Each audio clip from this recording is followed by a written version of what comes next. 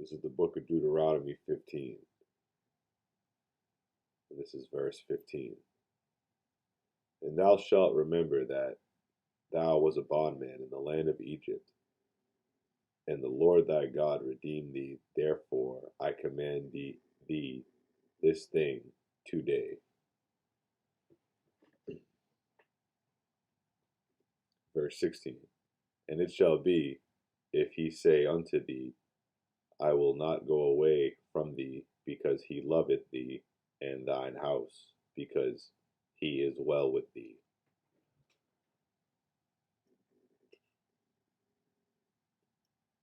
So now I'm going to pull up an article,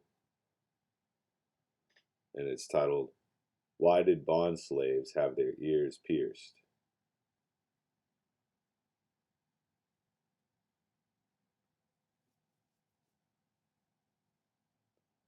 Why piercing? And this is the article. The process was this. The slave who, for the reason of love, wished to serve his master voluntarily, would be taken to a doorframe, then a marchaya, something that is used to bore a hole. The word is only used in these two descriptions in the Bible. Would pierce or bore a hole through the skin or the earlobe, marking the flesh permanently.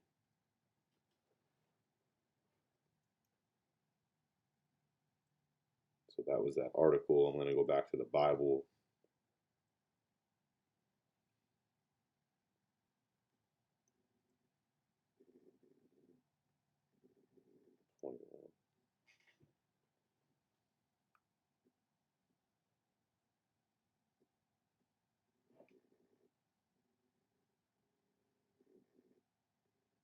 Exodus 21 from the top, verse 1.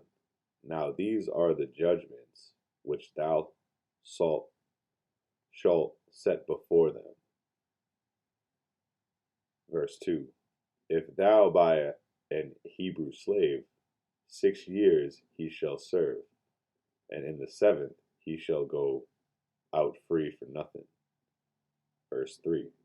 If he came in by himself, he shall go out by himself.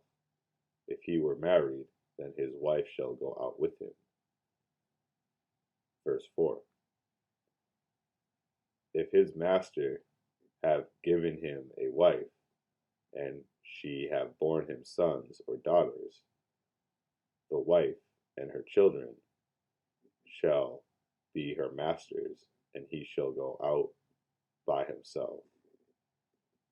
And if the servant shall plainly say, I love my master, my wife, and my children, I would not go out free.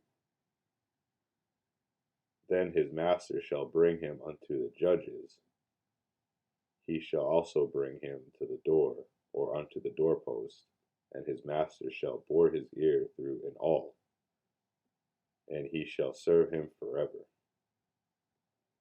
And if a man sell his daughter to be a maidservant, she shall not go out as the maidservants do. So you see, the slave masters of old were very strict by these laws in the Bible. These are just some of the curses that were set upon the children of Israel, the Hebrew slaves in America. Now, we're going to go back to Deuteronomy 15.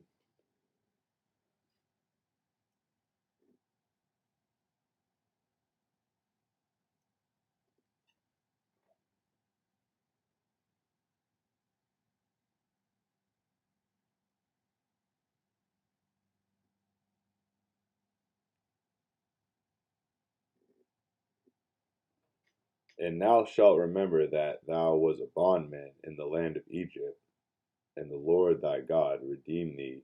Therefore I command thee this day these things.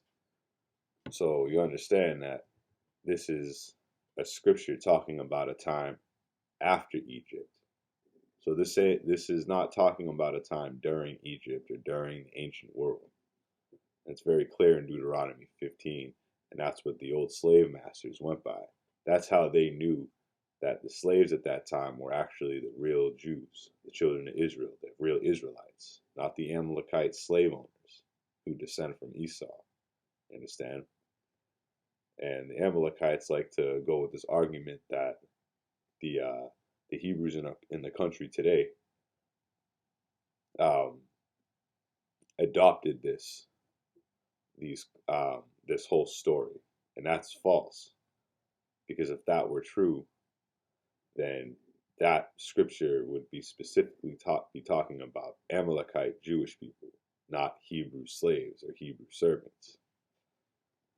So Deuteronomy 15 is very specific in talking about a time after Egypt and the specific curses of that particular time. So that's how we can break that down and identify certain things. Because just like the Hebrews were brought out of Egypt, will once again be brought out of the daughter of Babylon. So God hasn't forgotten about his people, the Israelites. And the so-called white man being the devil of the world, he was very strict with these laws, boring the ear, keeping his slaves, so a lot of the times against their will even. So the slave masters didn't even